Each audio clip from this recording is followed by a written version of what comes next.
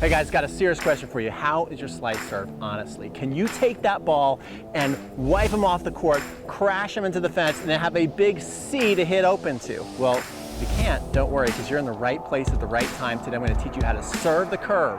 So if you're ready, let's get started.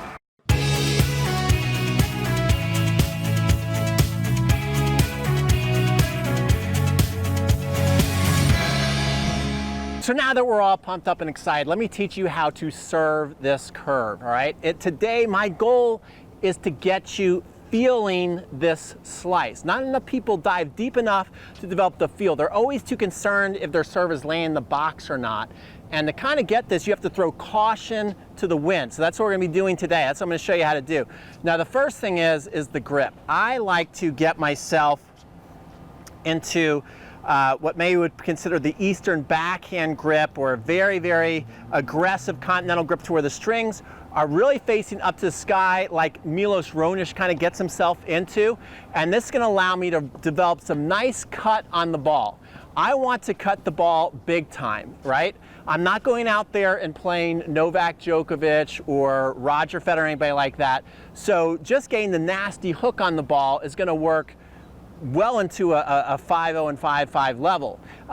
Trust me, this slice serve has worked for me a lot over the years, and people get fooled by the way it spins and you're bringing them off the court. So the first thing I want to do is work on the feel. There's a couple drills I'm going to give you right now that you can do. The first one is called the reverse J drill that I got from my friend Skip Johnson, who's a master pro.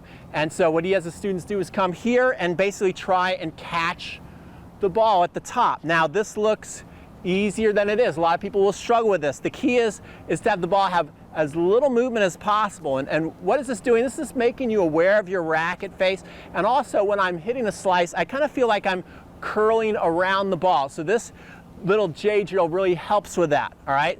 The next thing I want to do is I want to make the ball buzz. So I'm going to come here. I'm going to try and have a rally in the air. And you see how the ball is back spinning? This is another one that is a lot harder than it looks, so don't get frustrated if your ball goes all over the place. You might just want to start pushing the ball up with this would be basically hitting the ball flat through the air, and then every once in a while try and cut under it a little bit. See if you can make that ball buzz. Bop, bop, bop, bop, buzz, okay? Now once you can start to feel that, you're starting to feel what it's like to hit this slice serve. All right, so what I want you to do now is we're going to come back here, back to the baseline, and we're going to curve it like we just don't care. All right, so that's the next step.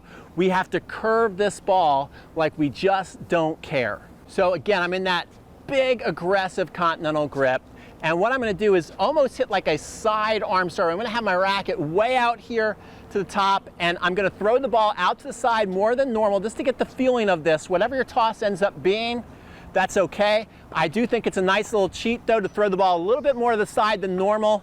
It is easy then to add a nice bite and cut on the ball, and I really don't see where that ball's moving. I really don't care if I'm giving the serve away if I can bring them that far off the court, guys.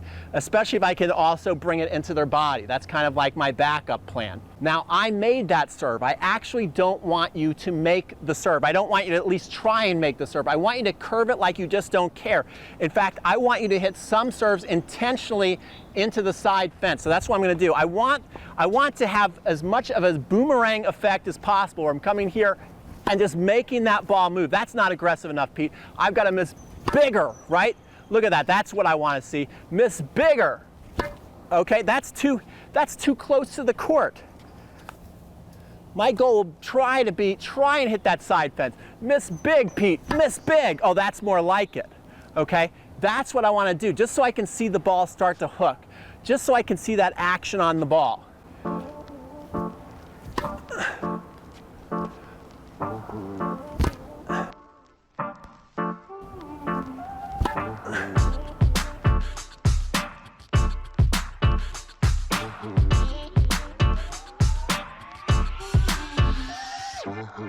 Okay, so the next thing I want you to do is I want you to curve it like you kind of care, okay? So I don't want you to aim too much, but I want you to kind of go from, this is a good exercise, go from curve it like you just don't care to curve it like you kind of care, to where first try and miss big, and then try and bring the ball closer and closer to the sideline and see how that works for you, okay? So the first thing I'm gonna do here is I'm gonna curve it like I just don't care. I'm trying to miss really, really big with the first one. Okay, great job by Pete, I missed it by a mile. Now I'm just trying to miss a little less, but I'm curving like I just don't care. Okay, a little less. Okay, now all of a sudden it's in the box.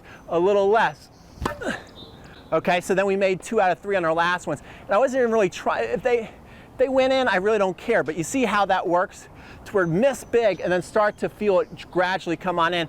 And how am I changing it? How am I starting to care a little more? I'm starting to pay more attention to the rotation in my shoulders and my core. That's how I'm gonna really start to bring the ball in. I'm pretty much swinging the same way, but just paying a little more attention in the shoulders. Okay, so the final exercise is believing in the curve. It's very, very hard for most people to go back there and serve from the baseline and make a consistent amount of slice serves, all right? Many people are not able to get any power on it. They're putting either too much or not enough spin. Especially if they put too much spin, the ball just keeps sailing on them. As you stand closer to the box on the other side, it gets easier to see and feel what you're doing. So this is the believing in the curve exercise where you're staying very, very close, and now you're trying to still slice the ball but keep it in the box, okay? And now you can start to see that ball go in the box and you can start to feel it, and you're just gonna work yourself back step by step, and wherever you end up that day, that's fine, to where all of a sudden you're probably gonna reach a point on the court where you start missing a lot. And then that's where you know where you kind of start from the beginning, then the next day try and work your way a little further back. So if you enjoyed this video, but you want more detail, right? The nitty gritty, everything I know about the slice serve, which is my best serve, okay?